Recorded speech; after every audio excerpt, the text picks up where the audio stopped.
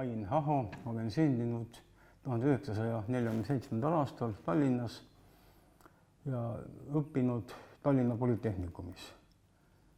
Ma siis lõpetasin 65. aastal, novembris tuli kutse, et tuleb minna sõjaväkke. Läksime rongi peale, kõigepealt läksime Tallinna ja siis Tallinnast viidi Riiga, kus oli suurem selline kogunemine ja kus käisid siis väeosade ohvitserid, käisid otsisid oma spetsialiste. Ja üldiselt pärast selgus, et eestlased olid väga hinnatud, ütleme spetsialistid, kõik nende ülemuste autojuhid olid, kas eestlased, lätlased, siis raadiotehnikud olid samamoodi, need Balti, neid väga hinnati ja otsiti sealt nagu orjaturult nopiti välja ja viidi siis väeossa. Siis väeosas sain teada, et oleme Kaliningradi oblastis, linna nimi Tšernihovsk, see oli vanasti Insterburg ja pataljon oli raadiorelee pataljon. Seal oli 2 rood, üks oli raadiojaamade rood ja teine oli kaabliside. Seal olid raadiojaamad, sellised suurtes veoautoses, furgoonides, igas furgoonis oli nagu 2 sellist stendi, need kui üks jaam ütles üles, hakkas tööle teine ja neid oli paigutatud nagu releeliini põhimõttega, kui mingi õppustele või üldse kuhugi tegutsema, siis paigutati need mõnekümne kilomeetri tagant ja andsid siis sidet, kas näiteks diviisistaabiga, armeestaabiga, rinde või sellise staabiga, need olid siis nagu sõjaringkonna staabiga ja operaatorid olid ajateenijad seal, seersant oli jaama ülem, aga meie olime siis koos oma koolivennaga Polütehnikumist, me olime nagu raadiomeistrid. Meie ülesanne oli siis neid häälestada, kontrollida võimsust, mõõta võimsust ja kui midagi rikkis oli, siis põhiliselt plokkide vahetamisega, me seal väga palju ei ilmutanud, aga kui oli mingi probleem, siis vahetati see plokk välja, et me oleme nagu nende peal. Transistore väga nagu tol ajal veel ei olnud, vähemalt raadiolambid olid saatatult lampide peal, olid küll mingid nubistorid, sellised keraamilised lambid, aga kui läksin poliitilised asjad, hakkasid arenema Tšehhoslovakkias demokraatlik sotsialism, seal Dubšek, Svoboda ja see kindlasti tekitas Moskvas sellist meelehärmi. Vene lehed, nad ikka kirjutasid ja nad kirjutasid muidugi oma sellest. Vene lehed kirjutasid, televiisor, Eestis saadeti meile kogu aeg Eesti lehti individuaalselt, need alati Sirpe Aslavid, mida ma alati lugesin siis ja need tulid nagu Panderolliga, need me olime nagu kursis ja oli tunda, et hakati nagu ette valmistuma millekski. Augustis mindi sinna sisse ja ka ütleme juba kevadel, märtsikuust kuskil toodi pataljoni sinna operatiivosakonda Tšehhi kaardid, mida seal varem ei olnud, kuna meil ei olnud plaanis me pidime sõdima kusagil seal Saksamaal ja nii edasi.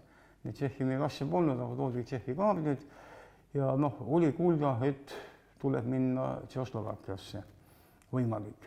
See oli 6 kuud enne, kui tegelikult mindi. Ajalehtedes oli kogu aeg, et sellised kõik läbirääkimised, kõik oli väga hästi, kõik Brežnevi keskkülas, kõik käisid, kallistasid, pusitasid, aga samas ajas armee juba valmistas ette, eks ole, need vaikselt. Ettevalmistused tehti selles mõttes kavalasti, et kuskil maikuus öeldi, et tuleb suvi otsa tulevad õppused ja õppused toimuvad Eestis. See oli üldine legend, me olime ka huvitavad, et kui tore saame Eestisse ja siis oligi niimoodi, et see vahemaa Kaliningradist Eestis oli sama suur kui Tšehhoslovakkiasse, nii et see keerati 180 kraadi ümber. Ja kogu see valmistus käis selle tähe all, autosid ehitati ümber, et sinna saaks bensiini rohkem panna, need sõbestikud ja bensiinikanistrid läheks sinna, et see marss oleks 600 kilomeetrit, et täiesti autonoomselt oleks saanud siis väeosa käia 600 kilomeetrit sõita siis ühes suunas. Ja kuskil augustis hakkaski see õppus peale, hakkasidki sõitma Eesti poole ja jõudsime kuhugi Riia alla, kuhugi Taugava kanti ja siis toimus selline äkitselt, toimus kõik sõdurid, õigemini ohvitserid käisid väga tõsiste nägudega, midagi seal läks nendega ütlemiseks, siis nad olid väga vihased, ütlesid, et mida sa õiendad, et me hakkame sõdima, eks ole, umbes niimoodi, nad olid väga käed läbisesid ja nad tundsid, et läheb jamaks. Meil oli see rohkem nagu tegi nalja, aga siis oli see ja siis oligi nii, et võeti kõik, mis oli kaablid, kõik võeti maha, pandi peale, kõik pandi autodesse ja tagasi Kaliningradi poole.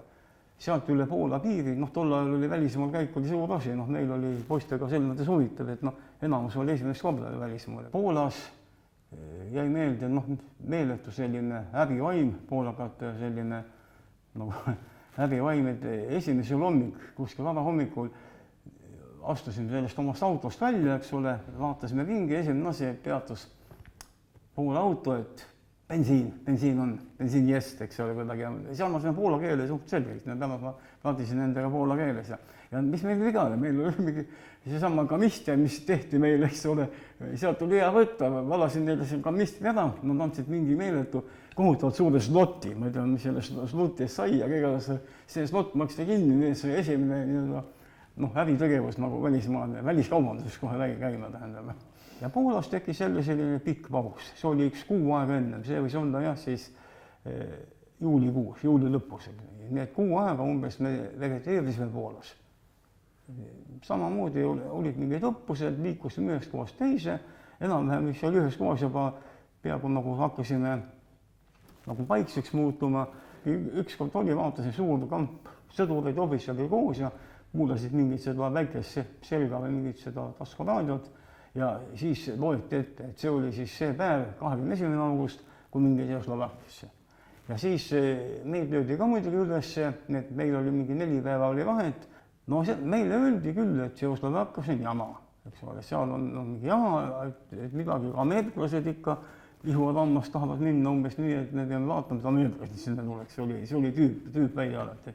Ülemused ütles küll, et ameeriklased on kohe tulemas, aga väga nagu selle maailmasõjaga väga ilmutatud, ikkagi umbes nii, et see on nagu meie ala ja meie nagu nende maale ei lähe ja et siin me teame ise, mis me teeme, nii et seda varianti nagu väga ei kardetud, et me ei lähe sinna päris Lääne-Euroopasse. Üldiselt suhtusime, mul oli see polütehnikus koolivend, meie suhtusime nagu noored inimesed ikka huviga, et välismaa värk ja ikka see suur asi ikka tol ajal, eks ole, see oli väike turismireis, mitte midagi tõsist. Sõitsime läbi Ida-Saksamaa, sealt Dresdeni kandis sõitsime üle ja siis nagu lääne poolt, seal kus Sudeedid või mingi värk, et sealt sõitsime sisse ja üks linn oli Homutov, teine oli Saatets ja läkski nagu 24. augustil sõitsime sisse ja esimene piirilinn oli Homutov, seal nägime juba vihast rahva summa, nii et see kolonn sõitis rahva keskel, siis kisati, karjuti, kõik kohad olid loosungid täis, loobiti mingit, isegi visati neid põlevaid neid keevitus või nüüd termiit, nagu nüüd tablette või neid asju, loobiti neid, nii et selles mõttes oli küllaltki nii levide see asi. Aga mingid otsest nagu ei läinud, see oli Homutov ja teine linn oli Saatets. Saatets oli asi veel hullem, seal oli ka täiesti nagu kontrarevolutsiooniline asi. Siis oli ka muidugi väga segased ajad, seal toiduga, järgiveoga oli probleeme, seal oli jutt, et seal nõukogude sõdurid käisid aedades ja lõunu varastamas ja siis oli selline legend, et tol ajal oli Kossõlin, oli peaminister, et Kossõlin andis korralduse, et tuleb sõdurpoisse toita nii palju kui võimalik ja siis tulid sellised meeletud normid, võid oli kunagi siis 10 grammi, kui ma alguses hakkasin teenistusesse, aga siis läks juba elu paremaks, oli 20 grammi. Ja Slovakkias anti 50 grammi otsa, nii see oli, kujutame, et see on peaaegu pool võipakki, eks ole, ja sa pead selle iga hommik ära sööma, lõpuks oli nii, et kui varem söödi putur, pani võid, siis söödi võid ja natuke pandi putur sisse. Ja siis oli mingid hullud Hiina konservid, üritasime Mao Zedongi maailmastest tehtud sellised sealiha konservid, roosaliha, neid oli niimoodi, et andki vist üks konserv 3 päeva peale igale 450 grammine, nii et me jagasime alati 3-ks nagu see Mercedese närk, et siis tegime neid, mingi toidupuudust nagu ei olnud.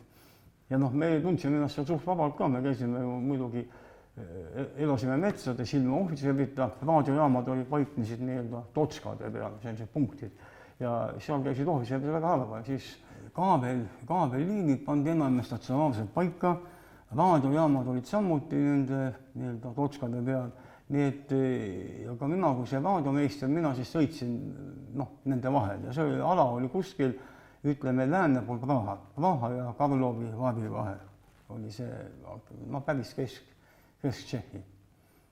See oligi jah, Kesk-Tšehhi nagu see ala.